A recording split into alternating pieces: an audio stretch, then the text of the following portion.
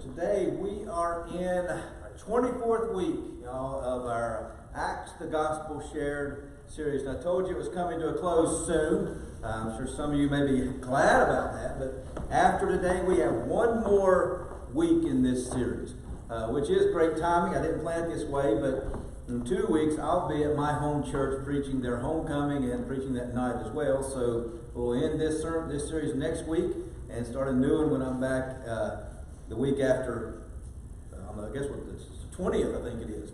So next week's going to be the last time that we look at the gospel, the good news that Jesus the Christ being shared in a public setting in the book of Acts. And we know it's been a lengthy series, the longest one I've done, with 25 weeks through next Sunday. And so throughout this series, what we've looked at each time is where the gospel was shared in the book of Acts, and we've looked at how people responded to this message. And today we're going to see once again Paul, which we've been looking at Paul for a while now, because once getting to the middle part of Acts, he's the main figure throughout the rest of it. We're going to see once again his boldness sharing the gospel with someone of high importance like last week. Today what we're going to see in Acts chapter 26 is Acts, the gospel shared, Festus and Agrippa. Now when you hear the name like Festus, some of you may think of the show Gunsmoke, I think, if you ever watched it. My dad watched it constantly, all the time. It was on, so when I went home to visit, that was on, or Andy Griffith, or Bonanza, things like that. And so, but as we get into this today, you're going to see that the Festus we're looking at today is nothing like the Festus on the TV show Gunsmoke. Now, today we get to look at something that almost happened. And we all get this. If we stop for just a bit and you look back over your life, you can think of many things probably where you can think of things that almost happened but didn't. Now, some of those things we're glad they didn't happen, but others maybe we wish it would have happened. I've said it before here many times that I love sports.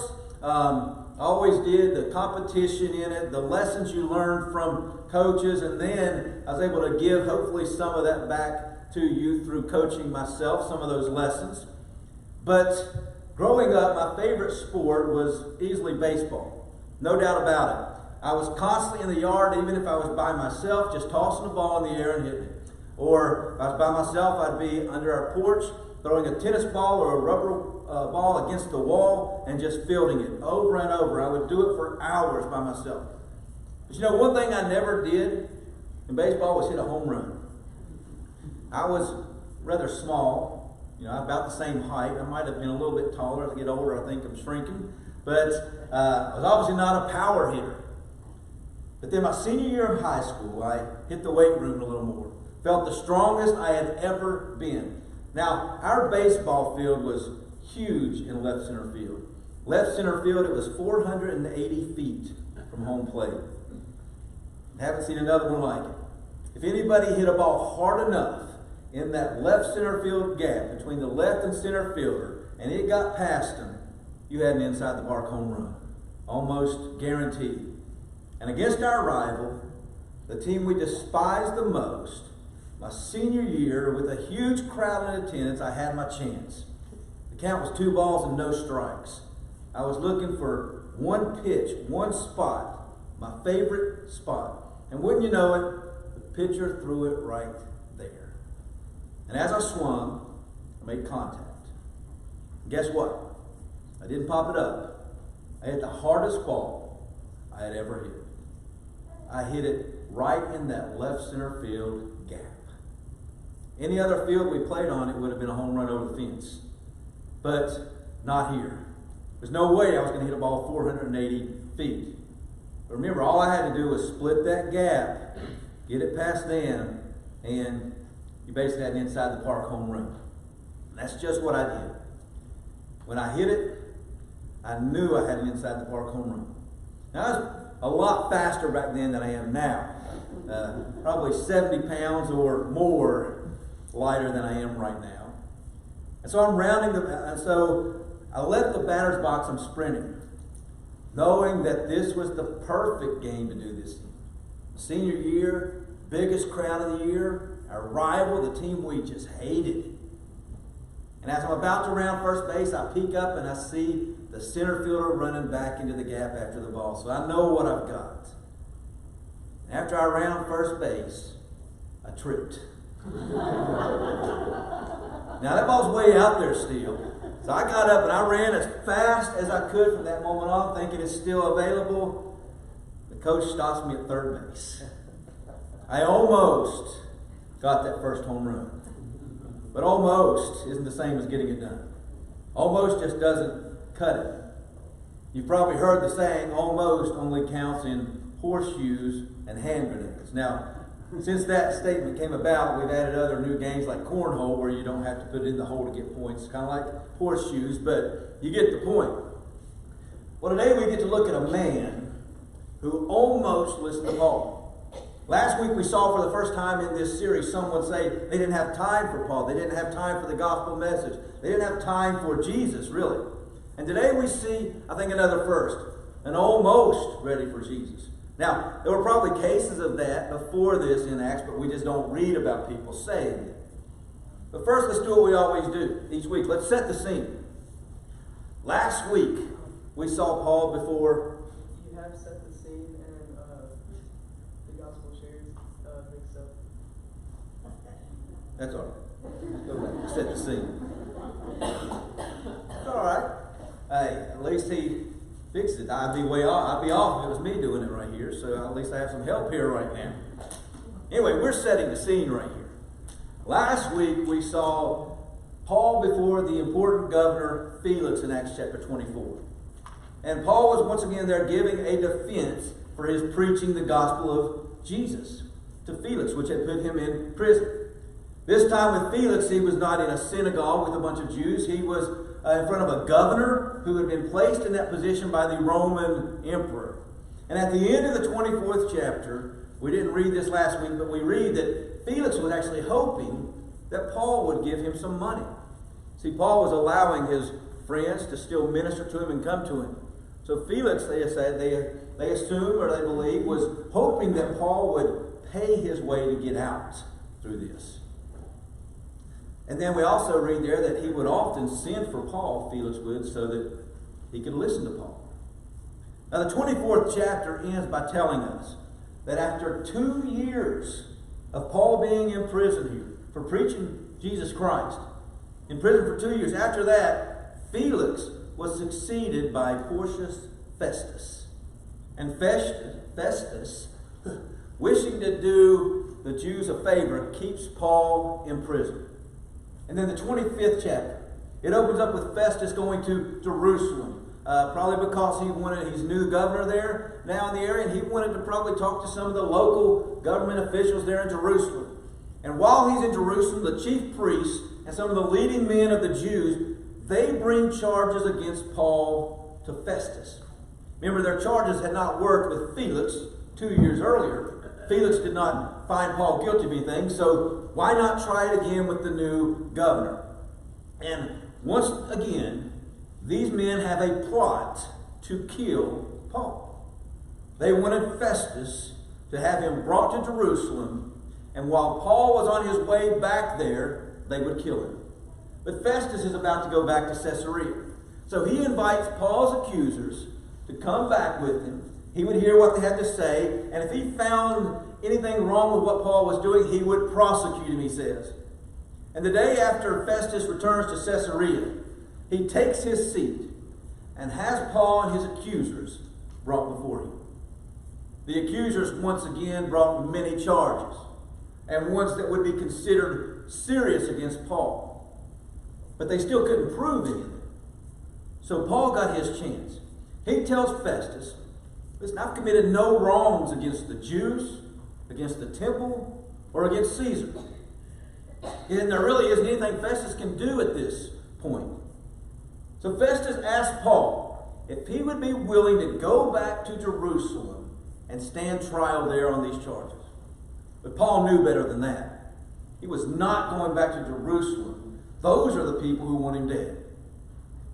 And since Paul had done no wrong, he reminds him that he's standing in front of Caesar's tribunal. He had done no wrong to the Jews.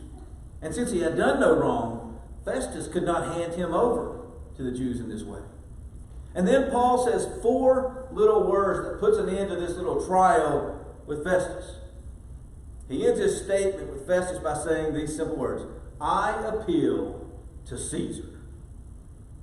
Once the prisoner appealed to Caesar, then the judge whom the appeal was made to has to stop all the proceedings right then. Then the judge would, whenever they could, send the prisoner and his accusers to Rome, and they would stand trial before Caesar himself, sitting as judge. And so when Festus talks with his counsel, he then looks at Paul and says, you have appealed to Caesar. To Caesar you will go.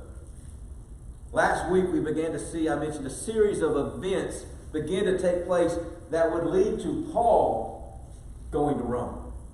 And now Paul is finally going to go to Rome. But before he goes to Rome, we see Agrippa comes to see Festus.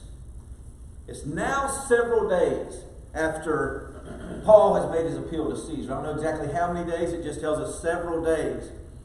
And the person we're talking about now is King Herod Agrippa II.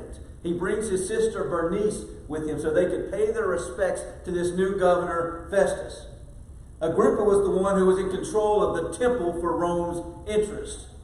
So Agrippa is familiar with Jewish custom, Jewish laws, Jewish religion, how they worshipped. And while they are there, Festus brings up Paul's case to King Agrippa. He explains to Agrippa some of the accusations the Jews have brought against and the charges against Paul, but that they couldn't prove anything. He even points out to Agrippa that really all they have is really some disagreement about their own religion, about a dead man named Jesus whom Paul said is alive. Festus had no idea how to handle this case with Paul. Remember, he's new at this position now. Paul had been there 2 years. This case is certainly not an easy one for him to make a decision on. So once Paul makes his appeal to Caesar, the only thing Festus can do is keep Paul in custody until he can send him to Caesar in Rome.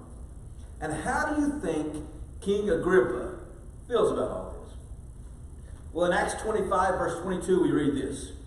Then Agrippa said to Festus, I also would like to hear this man myself.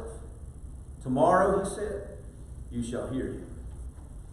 You know, Agrippa's intrigued by this. He's intrigued by Paul. Probably intrigued by this whole thing that's been going on now for over 2 years. And he would like to hear straight from the mouth of Paul what this is all about. Remember, Paul's been in prison for 2 years. Now, he wasn't in some dungeon. He wasn't chained up. He was allowed to roam around and walk around, but he was still under their control and was not allowed to just leave and take off wherever he wanted. This has been going on for a while now, and Agrippa wants to hear from Paul, and Festus is pleased that Agrippa wants to hear from him. So on the next day, they all enter this auditorium with some other prominent men there from the city, and Festus basically calls this meeting to order here.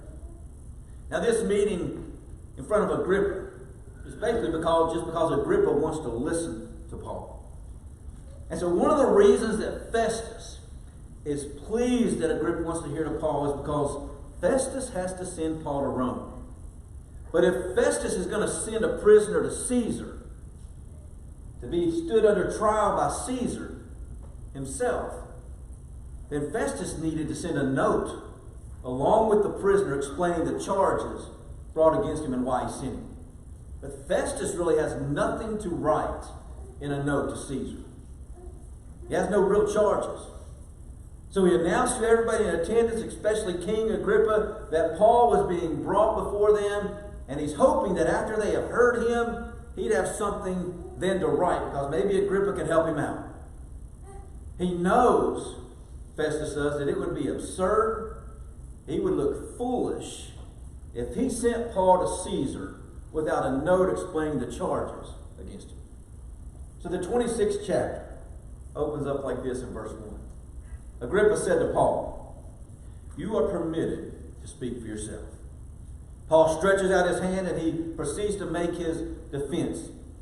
And so, after all of this that's going on, what we see here is that Agrippa gives Paul permission and Paul gives his defense. At this time, Paul doesn't seem to be concerned. He's not concerned about being found guilty. This isn't a trial. Because it's just because Agrippa right now wants to hear Paul speak. So Paul, in his defense this time, is able to include the gospel. With Festus last week, he couldn't. He was trying to give his defense of just that he did nothing wrong. Now he's not on trial with Agrippa. He's just giving his defense. Plus, he's going to share the gospel with Agrippa, with Festus, with Agrippa's sister Bernice, and with a crowd of others around. And so Paul opens up by telling Agrippa that he considers himself fortunate to be able to make his defense before Agrippa. Because Agrippa, as Paul puts it, was an expert in all customs and questions among the Jews. And so Paul tells Agrippa that all the Jews know they know who Paul is. All of them know who I am, he says. I'm a Pharisee. I grew up a Pharisee. And being a Pharisee, I followed the strictest laws that we had. And he says, the only reason I'm standing here, the only reason I'm in prison is because of the hope of the promise made by God to Israel. He also lets Agrippa know that he himself, Paul, once persecuted these followers of Jesus. He had them locked up. He casted his vote against them, he says, so that he could put them to death. He pursued them all over as far as he could to capture them and bring them to prison. So Paul is pointing out here to Agrippa that, listen, I once thought the same as my accusers. But then he begins to tell Agrippa about his trip when he was going to Damascus. Remember, he was going to Damascus way back in Acts chapter 9, and he was going there with the sole purpose of finding Christians, arresting them, and bringing them back to Jerusalem. But on this road, Jesus appears to him. And from that moment in his life, Paul began to realize that he was being disobedient to God, he was being disobedient to the prophets, to the Old Testament. And from that moment on, from Acts chapter 9, and for the rest of his life, and we've seen it in this series, Paul was a man on a mission to share the gospel, the good news of Jesus Christ, with the Gentiles, those who were not Jews. And Paul understands here that Agrippa knows about and even believes in the prophets of the Old Testament. And he shows that all he's been teaching these people, Paul says, is what the prophets and Moses said would take place. That the Christ would come, Christ would suffer, and be raised from the dead. And Paul was the first person to take that message to the Gentiles. But notice the response to the gospel here in Acts chapter 26. Verse 24, it says this. While Paul was saying this in his defense, Festus said in a loud voice, Paul, you are out of your mind. Your great learning is driving you mad. So it appears that while Paul is speaking here, Festus interrupts him right in the middle of his defense.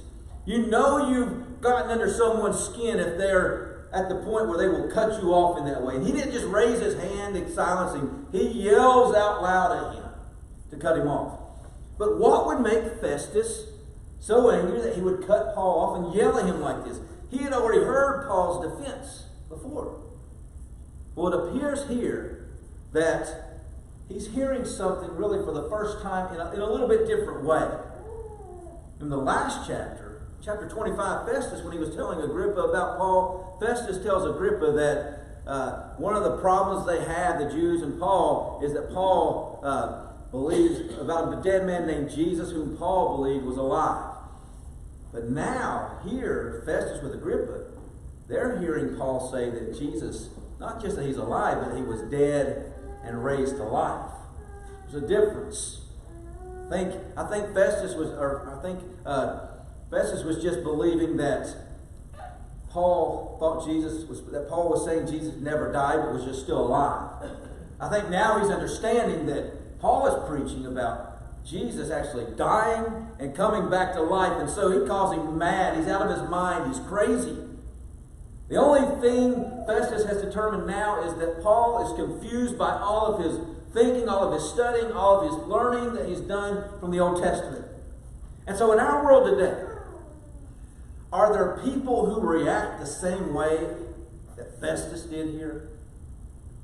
They think we're crazy. They think we're nuts. They call the Bible a fairy tale book. Maybe they don't use the same words as Festus here, but we sure do have, as we saw last week, an increasing number of people who don't believe in God, as we saw last week. And when you have an increasing number of people who don't believe in God, you certainly have an increasing number of people who believe that Jesus did not actually rise from the dead. Now, most people will agree that Jesus really lived, that he was a real person. It's part of history. It's a known fact. It's not just in the Bible, but other people wrote about Jesus as well. But when it comes to believing that Jesus is God, that he rose from the dead, that's where some of them draw the line and stop believing.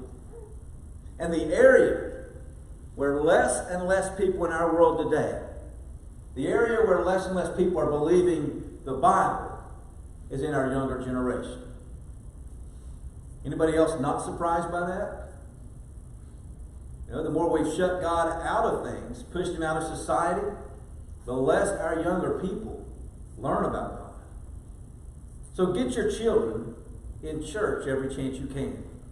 Because if we aren't, we're just teaching them that other things are more important than God. If we don't make Jesus important to them, then somebody else will show them that something else is more important. So Festus responds that way to Paul. He's angry, he yells at him. But then Paul turns his attention to King Agrippa. Remember, Paul knows that Agrippa is familiar with Jewish religion. So all that Paul was telling him, his defense, would be no shock to Agrippa. But check out what happens in verses 27 and 28. It starts out with Paul speaking. He says, King Agrippa, do you believe the prophets? I know that you do. Agrippa replied to Paul, in a short time you will persuade me to become a Christian. At this point, Paul has pointed out historical facts about Jesus and his ministry and predictions, prophecies from the Old Testament that Jesus fulfilled. Now maybe you're familiar with this statement, this response by Agrippa, and maybe your Bible says, almost thou persuadest me to be a Christian. That's what the King James Version says. The literal translation, though, from the Greek language, what it was written in, would not mean almost. Instead, it would mean in a little while or in a short time. Really doesn't matter what the correct wording is here, because either one of those gets the point across, almost or in a short time. Either one of those is telling us that Paul was not able to, but he was almost able to persuade King Agrippa to become a Christian, a follower of Jesus Christ. And here's the thing. We don't want today to be that almost person. We don't want to be someone who almost got it together enough to follow Jesus Christ and then decided for whatever reason not to do it. But how often might we see that in our world? Someone wants to become a Christian. They want to become a follower of Jesus Christ, but something keeps holding them back. Well, this passage here with King Agrippa led to one of our famous hymns that we sing within the church. In 1871, a man named Philip Bliss, he was listening to a sermon preached by a minister whose last name was Brundage. And at the end of that sermon, the preacher concluded his sermon with these words: He who is almost persuaded is almost saved. But to be almost saved is to be entirely lost. Like that home run. The almost just doesn't cut it. And Bliss was so moved by this sermon and this quote that he wrote the hymn titled Almost Persuaded. Now that was not the original invitation hymn we had for today's service, but I changed it to that because it was fitting for this sermon. You know, Bliss concludes the first verse of that sermon by talking about how on some more convenient day on thee I'll call. And that can happen so easily for someone. Whether it's fear of committing your life to Christ in front of others or something else. Whatever it is, many people have put it off because it wasn't convenient enough for them at that moment. The third verse, Bliss concludes this way. It says, sad, sad, that bitter widow, almost, but lost. And when you think about those words, think about how sad it truly is for someone to be almost persuaded to become a Christian, only to put it off and then never commit their life to Jesus Christ. It would certainly be, as Brundage put it, he who is almost persuaded is almost saved. But to be almost saved is to be entirely lost. What a sad ending of life that would be for a person who put off becoming a Christian. So Acts, the gospel shared. Next week is our final week in this series. I hope you've enjoyed it, but in the 24th week today, we saw a prominent man once again, King Agrippa, almost be persuaded to become a Christian. How many people can you think of maybe in your life that had that opportunity to become a Christian only to let it slip away and never make that step to follow Jesus? So as we sing this song today, if you are a Christian, a follower of Jesus, if you've placed your faith in Jesus, confessed Him before others, if you've repented of your sins and been immersed in the waters of baptism, then as you sing these words, be thankful that you took that step to become a follower of Jesus and didn't let it slip away. If you've never taken the step to become a Christian, then as you sing this song, think about the words you're singing. Because we certainly don't want to be someone who is almost persuaded to be a Christian. Because almost saved is completely lost. We're going to sing our hymn of invitation here today. You know what it is now. We're going to be singing song number 221, Almost Persuaded, Now to Believe. It's the first and third verses.